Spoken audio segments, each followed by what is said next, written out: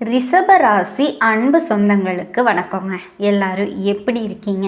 இது வரைக்கும் எப்படி இருந்தாலோ இனி உங்கள் வாழ்க்கை ரொம்ப அமோகமாக மாறப்போகுதுங்க.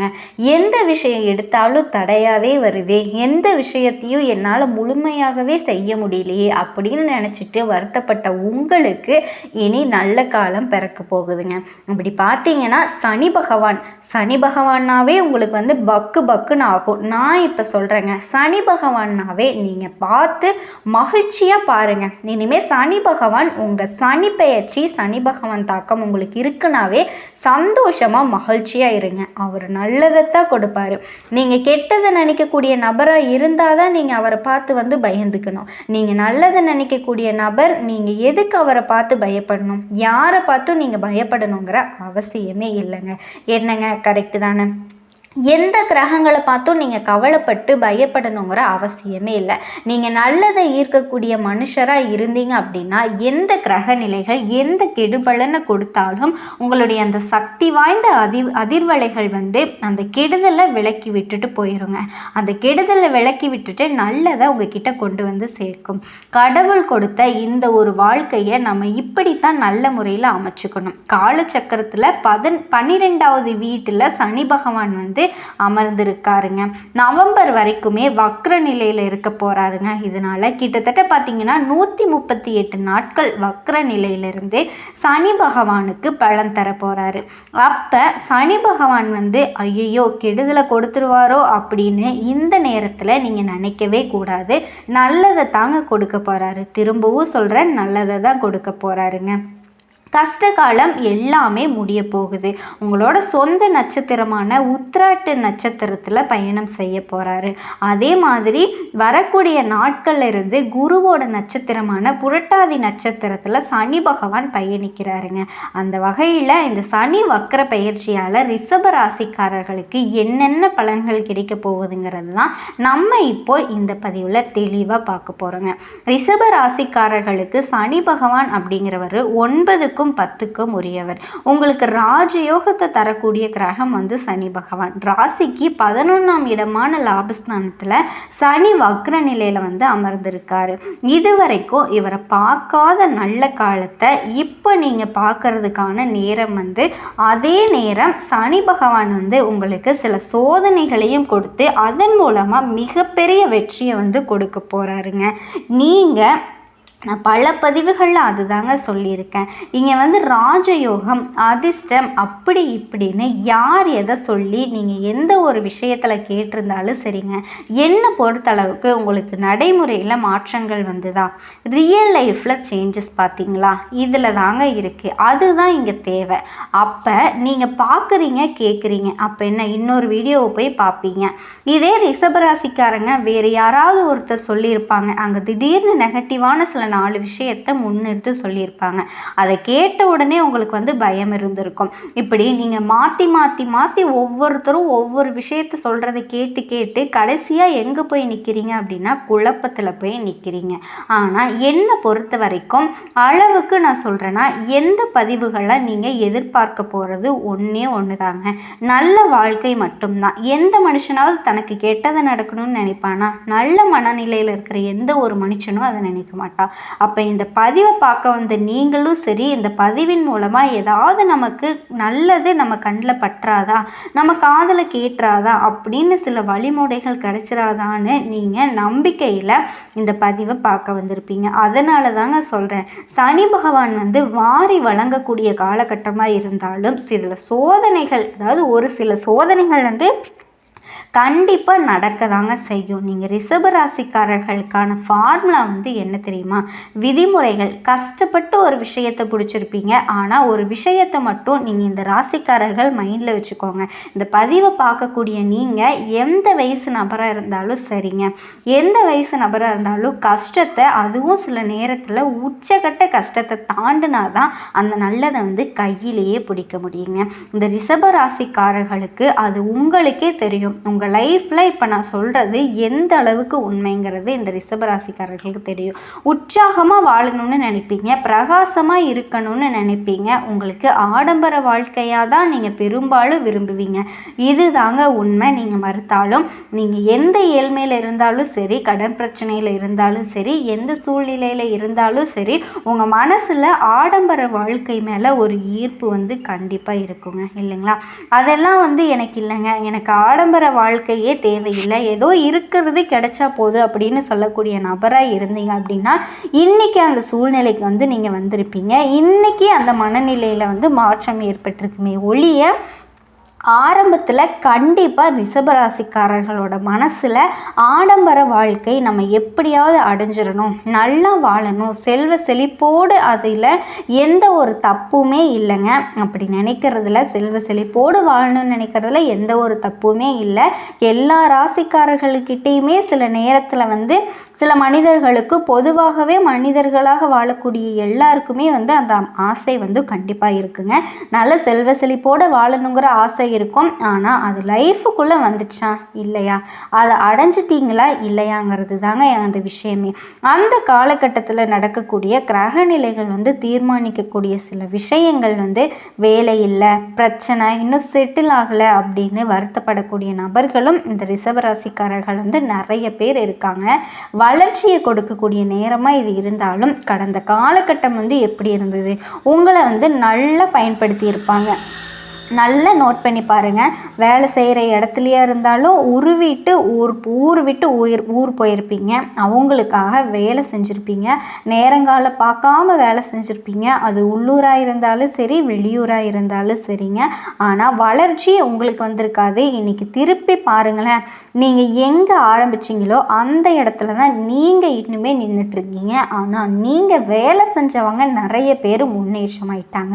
முழுமையான முன்னேற்றம் திருப்தி இல்லவே இல்லை. கொஞ்சம் அங்கங்கே அப்படின்னு அப்பப்போ கொஞ்சம் மனசு வந்து தடுமாறிட்டு இருக்கு. அந்த மாதிரி ஒரு மனசு மாறுற மாதிரிக்கு ஒரு சில விஷயங்கள்லாம் வந்து நடந்திருக்குங்க, அவ்வளோதான். மற்றபடி முழுமையாக கிடச்சிச்சான்னு கேட்டால் இல்லவே இல்லைங்க. உங்களோட இப்போது இந்த பதிவை பார்த்துட்டு இருக்கவங்கள விட ஒவ்வொருத்தரோட சுயஜாதகமும் ஒவ்வொரு விஷயத்தை வந்து சொல்லுங்கள். நீங்கள் பிறந்த நேரம், பிறந்த இடம், நீங்கள் எந்த நட்சத்திரத்தில் பிறந்தீங்க எல்லாத்தையுமே பொறுத்து ஒவ்வொருத்தருக்கும் ஒவ்வொரு வாழ்க்கை முறை வந்து இருந்துட்டு இருக்கீங்க. அப்போது எல்லாருக்கும் அந்த அச்சீவ்மெண்ட் வந்து அடையணும் அப்படின்னா, முன்னேற்றத்தை அடையணும்னா நீங்கள் பொதுவான பலன்களை வந்து ஓரளவுக்கு தாங்க கனெக்ட் ஆகும், சரிங்களா?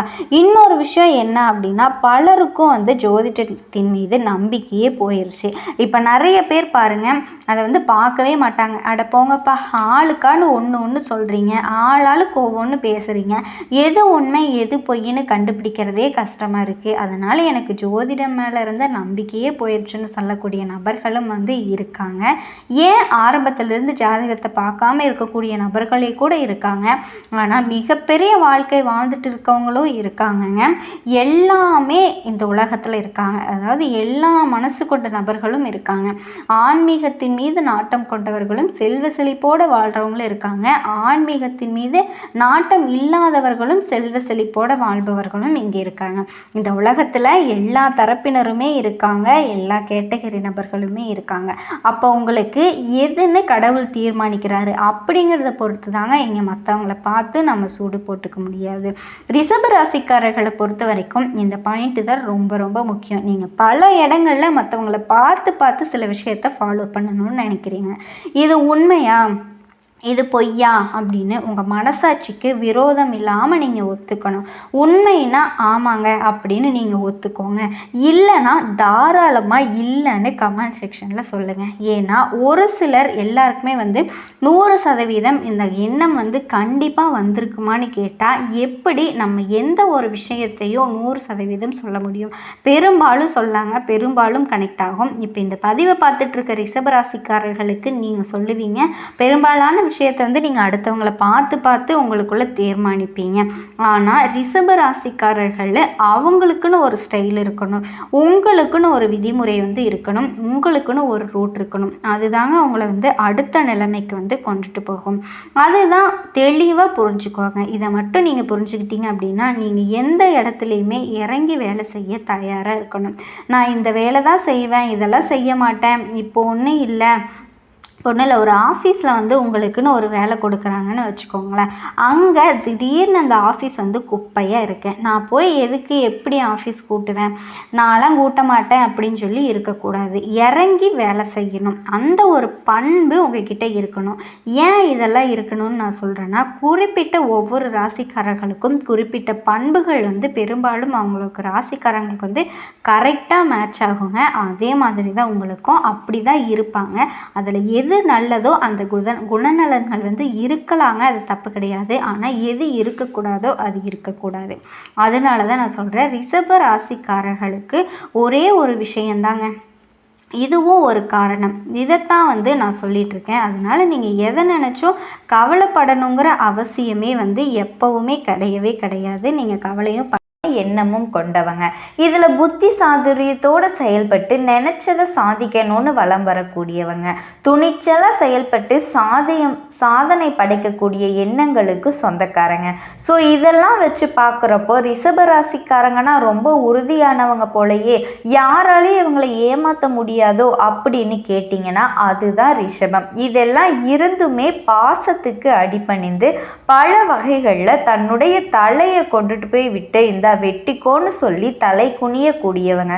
எத்தனை உறவுகள் எவ்வளவோ அசிங்கப்படுத்தி அவமானப்படுத்தி ஒதுக்கி வச்சு அழிஞ்சு போகணும்னு சொல்லிட்டு சூழ்ச்சிகளை பண்ணாலுமே பரவாயில்ல, திருப்பி ஒரு வார்த்தை கூட பேசாமல் தலை குனிஞ்சு நின்று அவங்க செய்யக்கூடிய கெட்டதையும் ஏற்றுக்கிட்டு, ஆனால் எப்போவுமே அவங்க நல்லா இருக்கணும், அவங்களுக்கு நல்லது செய்யணுங்கிற துடிப்போடு வாழக்கூடிய ரணரணமான வாழ்க்கையிலையுமே மற்றவங்களோட சந்தோஷத்துக்கு வழிகாட்டக்கூடிய ரிஷபராசி. கேட்கவே ரொம்ப கஷ்டமாக இருக்குது இல்லைங்களா? எவ்வளவு வழிகளை தான் மனசுக்குள்ளே சுமத்துட்டு இருக்காங்க தெரியுமா? வெளிப்படையாக ஒரு வார்த்தை பேச முடியாமல் மனசுக்குள்ள 1000 குமுறல்கள் அப்படியே வந்துட்டு அமுத்திக்கிட்டு இருக்கு பாருங்க. பார்க்குறவங்க எல்லாருக்குமே நான் சுயநலவாதின்னு தெரியுதே கடவுள், ஆனால் உள்ளுக்குள்ளே நான் எவ்வளவு விஷயங்களை மறைச்சிக்கிட்டு இருக்கேன். மற்றவங்களுக்கு நல்லது மட்டுமே வெளிப்படுத்துறதுனால தான் எதையோ வந்து பெருசாக அமுக்கி வச்சுட்டு இருக்க மாதிரி பார்த்துட்ருக்காங்களே. ரிஷபத்தோட மனக்குமரல் இதுவாக தாங்க இருக்குது. அது ஒரு பக்கம் இருக்கட்டுங்க. யார் என்ன சொன்னாலும் நீங்கள் செவி சாய்க்காதீங்க. பட்ட கஷ்டங்கள் எதுவாக இருக்கட்டும், நாளும் பொழுதும் நல்லதாக அமையறதுக்கு இனி வரக்கூடிய நாட்கள் உங்களுக்கு துணை வருதுங்க. அதாவது இந்த விஸ்வாவசு வருஷம் மிதுனத்துக்கு சூரிய பகவான் வரக்கூடிய மாதம் தாங்க. இந்த வரக்கூடிய மாதங்கள்லாம் பொறுத்த வரைக்கும் ரிஷபராசிக்காரங்க லக்கி பாஸ்கராக மாற போகிறீங்க. தொட்டது எல்லாமே பொண்ணாக மாறும். நிறைய பணவரவு இருக்குங்க. திருப்திகரமான நிறைவான வாழ்க்கை அமைய பெறுவீங்க. நினச்சது எல்லாமே நடந்தால் எப்படி இருக்கும்? ஒருத்தருடைய வாழ்க்கை ஒரு அமைப்பு ரிஷபத்துக்கு கிடைக்க போகுதுங்க. ஒருத்தருடைய வாழ்க்கையில் நல்ல உயர்வாக இருக்கான், அதிர்ஷ்டத்தோடு வாழ்கிறான், ஏகபோக வாழ்க்கை அமையுதுன்னா குரு பகவானுக்கு அடுத்தபடியாக சுக்கிர பகவானை சொல்லலாங்க. ஏன் குரு பகவானை தூக்கி சாப்பிடக்கூடிய அளவுக்கு உங்களுடைய அதிபதி பெயருக்கு தகுந்த மாதிரி அசுர வகையில் அதிர்ஷ்டத்தை கொடுப்பாரு அப்படின்னு தாங்க ஒரு சில விஷயங்கள் உங்களுக்கு இனி வரக்கூடிய நாட்களில் அதிர்ஷ்டகரமாக அமைய போகுதுன்னே சொல்லலாம். ஸோ இனி வரக்கூடிய நாட்கள் பொறுத்த வரைக்கும் உங்களுக்கு கிடைக்கக்கூடிய அதிர்ஷ்டங்கள் என்ன, நீங்கள் கவனமாக இருக்கக்கூடிய இடங்கள் என்ன, நீங்கள் செய்ய வேண்டிய பரிகாரம் என்ன, நீங்கள் எந்த தெய்வத்தை வழிபாடு செய்யணும், எல்லாமே தெளிவாக தெரிஞ்சுக்க போகிறோங்க. பொதுவாக ஒரு மாதாந்திர கிரகம் அப்படின்னு சொல்லக்கூடிய சூரிய பகவான், செவ்வாய் பகவான், புதன் பகவான், சுக்கிர பகவான், இந்த 4 கிரகங்களோட மாற்றத்தை வச்சு கணிக்கப்படுதுங்க. குறிப்பாக சூரிய பகவானோட இடப்பெயர்ச்சி தாங்க இனி வரக்கூடிய பிறப்பு. ஸோ அந்த வகையில் நவ கிரகங்கள் எங்கெங்கே இருக்காங்க? மேச ராசியில் சுக்கிர பகவான், மிதுன ராசியில் புதன் பகவான், குரு பகவான், சுக்கிர பகவான், 3 கிரகங்கள் கூட்டணி கூட்டணியில் சிம்ம ராசியை பொறுத்த வரைக்கும் செவ்வாய் பகவான், அவர் கூடவே கேது பகவானும் கூட்டணியில். அடுத்தது கும்ப ராசியை பொறுத்த வரைக்கும் சனீஸ்வர பகவானும் ராகு பகவானும் கூட்டணியில். ஸோ மொத்தத்தில் இந்த ராகு கூடையும் கேது கூடையும் எல்லா கிரகங்களுமே அடங்கி இருக்குங்க. இதெல்லாம் வச்சு பார்க்குறப்போ ரிஷப ராசிக்காரர்களுக்கு ஏற்படக்கூடிய அதிர்ஷ்டங்கள் பார்க்கலாமா? கிருத்திகை, ரோகிணி, மிருகசீரிசம் 3 நட்சத்திரங்களை கொண்ட நம்முடைய ரிஷப ராசிக்காரர்களுக்கு ராசியாதிபதி சுக்கிரன் உங்கள் ராசிநாதன் ராசிக்கு 12ஆம் இடத்துல இருக்காருங்க. சுக்கிரனுக்கு 12ஆம் இடம் அப்படிங்கிறது மறைவு ஸ்தானம் இல்லை. சுக்கிரனுடைய காரத்துவம் அப்படிங்கிறது 12ஆம் இடத்தை பொறுத்ததுங்க. ஏற்றத்தை கொடுக்கக்கூடிய காலமாக இந்த காலகட்டம் அமைய போகுது. நல்ல தூக்கம் கிடைக்கும். ஃபஸ்ட்டு தூக்கமில்லாத கஷ்டம்தாங்க பெரும் கஷ்டம் ரிஷபத்துக்கு. தூக்கமே வரல, கண்ணு குத்துனா கூட தூக்கம் இல்லை, இப்படி தூக்கத்தை இழந்து தவிச்சிட்டு இருக்கக்கூடிய ரிஷபத்துக்கு நிம்மதியான தூக்கம் கிடைக்கும் அப்படின்னா வாழ்க்கையில் இருக்கக்கூடிய ஒட்டுமொத்த பிரச்சனையுமே சரியாக போகுதுன்னு அர்த்தங்க. அதே மாதிரி செலவுகள் வீண் செலவோ விரய செலவோ கிடையாது. சுப செலவுகள், சந்தோஷத்தை தரக்கூடிய செலவுகள், பணவரத்து அதிகமாகுங்க. வெளிநாட்டில் இருக்கவங்களுக்கு அதிர்ஷ்டகரமான வாய்ப்புகள் கிடைக்கும். வெளிநாடு பயணம் போயிட்டு வர்றதுக்கான யோகம் இருக்குங்க. இதோட ராசிக்கு 8ஆம் அதிபதியான குரு உங்களோட 8ஆம் இடத்தை பார்க்குறாரு. இந்த காலகட்டத்தை பொறுத்த வரைக்கும் குரு பகவானை பொறுத்த வரைக்கும் ராசிக்கு 2ஆம் இடத்துல நிற்கிறாரு. தனக்காரகரான குரு ஸ்தானத்துக்கு அதிபதியான புதனோட சேர்ந்திருக்காரு. பண வருமானத்துக்கு பஞ்சமே இல்லாமல் பார்த்து பாருங்க. வீடு வாங்கிறது, மனை வாங்கிறது, இது போன்ற யோகங்கள் அமையும். பேச்சில் நல்ல இனிமை இருக்கும், நன்னிணக்கம் இருக்குங்க. எடுத்த காரியங்கள் எல்லாத்துலேயும் வெற்றி உண்டாகும். புதுசாக வீடு வாங்குவீங்க, மனை வாங்கக்கூடிய யோகம் இருக்குது. ஆண்கள் பெண்கள் சின்னவங்க பெரியவங்க எல்லாருக்குமே அமையுங்க. அதே மாதிரி ராசிக்கு 4ஆம் இடத்துல செவ்வாயும் கேதுவும் இருக்காங்க. 12ஆம் இடத்துக்கு அதிபதியே 4ஆம் இடத்துல இருக்குது அப்படிங்கிறது பழைய வீட்டை அப்படின்னு நினைக்கிறவங்களுக்கு பழைய வீட்டை விற்கக்கூடிய யோகம் கிடைக்க போகுதுங்க. அதே பழசை புதுசாக மாற்றிக்கலாம் அப்படின்னு நினைப்பீங்க. கண்டிப்பாக அது நடக்குங்க. அடுத்தது லாபம் அப்படிங்கிறது பல மடங்கு. ஏன்னா சூரியன், செவ்வாய், புதன், சுக்கிரன் இந்த 4 கிரகங்களினுடைய சேர்க்கையே இந்த மாதத்தில் பலன்களை பெரும்பாலும் தீர்மானிக்குதுங்க. ஸோ ராசிக்கு 2ஆம் இடத்துல சூரியன் இருக்காரு. பெரிய ஏற்றம் உண்டாகும். புதிய வீட்டின் மூலமாக பெரிய லாபம் கிடைக்குங்க. அது மிகப்பெரிய லாபங்களை சம்பாதிக்கக்கூடிய யோகம் உண்டாகுது. தாயின் மூலம் ஏற்றம் கிடைக்கக்கூடிய காலகட்டமாக இருக்குது. பணவரவுக்கு பஞ்சமே இருக்காது. திரும்ப திரும்ப சொல்கிறேங்க. அதே போல் பேச்சில் இனிமை, நல்ல ஏற்றம் இருக்குங்க.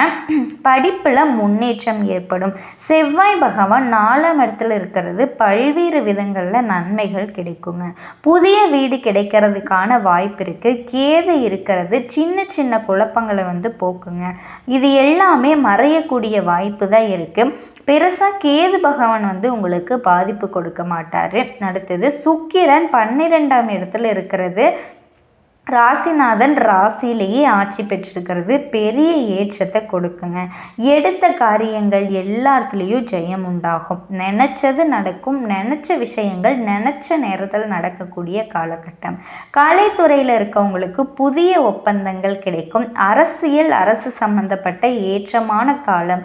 சின்னத்துறை, கலைத்துறை, சினிமாவில் இருக்கவங்களுக்கு ஏற்றம் உண்டாகுங்க. புதிய வாய்ப்புகள் கிடைக்கும். வெளிநாடு போகக்கூடிய யோகம் கூட இருக்குது. இதே நேரத்தில் கவனமாக இருக்கக்கூடிய இடம்னு பார்த்தோன்னா புதன் ராசிக்கு 2ஆம் இடத்துல இருந்து 3ஆம் இடத்துக்கு போகிறதுனால புதிய முயற்சிகளில் குறிப்பாக இந்த எழுத்து கலைப்பணிகளில் ஏற்றம் இருக்குது. ஆனால் சந்திராஷ்டமம் காலத்தில் புதிய முயற்சிகள் நீங்கள் எடுக்கக்கூடாது. பயணங்களும் போகக்கூடாது.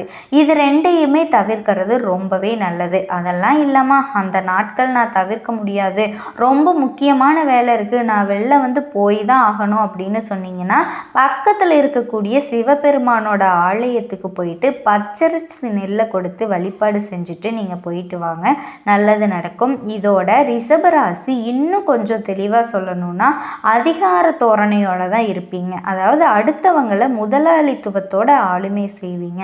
சில பேருக்கு ப்ரமோஷன் கிடைக்கிறதுக்கு வாய்ப்பு இருக்குது, வேலையில் நல்ல முன்னேற்றம் இருக்கும், வருமானம் பெருகும், நிதிநிலை சீராக இருக்குங்க, பிரச்சனைகள் குறையும். வியாபாரத்தை பொறுத்த வரைக்கும் நீங்கள் கொஞ்சம் நிதானமாக இருக்கணும். பார்ட்னர் கூட வாக்குவாதம் வர்றதுக்கு வாய்ப்பு இருக்குது. அதே மாதிரி வாடிக்கையாளர்களை பகைச்சு கொள்றதுக்கு வாய்ப்பு இருக்குது. இது 2 விஷயத்தில் கவனமாக இருக்கணும். இந்த மாதிரி பாதிப்பு எனக்கு வரக்கூடாது, கடவுளே தெரியாமல் வார்த்தையை விற்றணும், பயமாக இருக்குன்னு சொல்கிறவங்களுக்கு தினம் தினம் சுப்பிரமணிய வழிபாடு செய்கிறது நன்மையை கொடுக்குங்க. ஸோ இப்போ வரைக்கும் பார்த்தது எல்லாமே ரிஷபராசிக்காரர்களுக்கு கிடைக்கக்கூடிய பலன்கள் தான். ஒவ்வொரு நட்சத்திரத்துக்கும் எந்த மாதிரியான பலன்கள் அப்படிங்கிறது பார்க்கலாம். ரிஷபராசிக்காரர்களுக்கு நட்புக்கு முன்னுரிமை கொடுக்கக்கூடியவங்க. உங்களை பொறுத்த வரைக்கும் கார்த்திகை நட்சத்திரம் 2ஆம் பாதம், 3ஆம் பாதம், 4ஆம் பாதம் இந்த நட்சத்திரக்காரங்களுக்கு தெளிவான சிந்தனை, உறுதியான எண்ணம் உங்களுக்கு இருக்க போகுதுங்க. உங்களுடைய நட்சத்திர அதிபதி சூரிய பகவான் தன குடும்ப வாக்குஸ்தானத்தில் ஞானக்காரகன் குருவோடு இணையிறது உங்களுக்கு வார்த்தைகளில் தெளிவு இருக்கும், வேலையை நடத்தி முடிப்பீங்க. நீங்கள்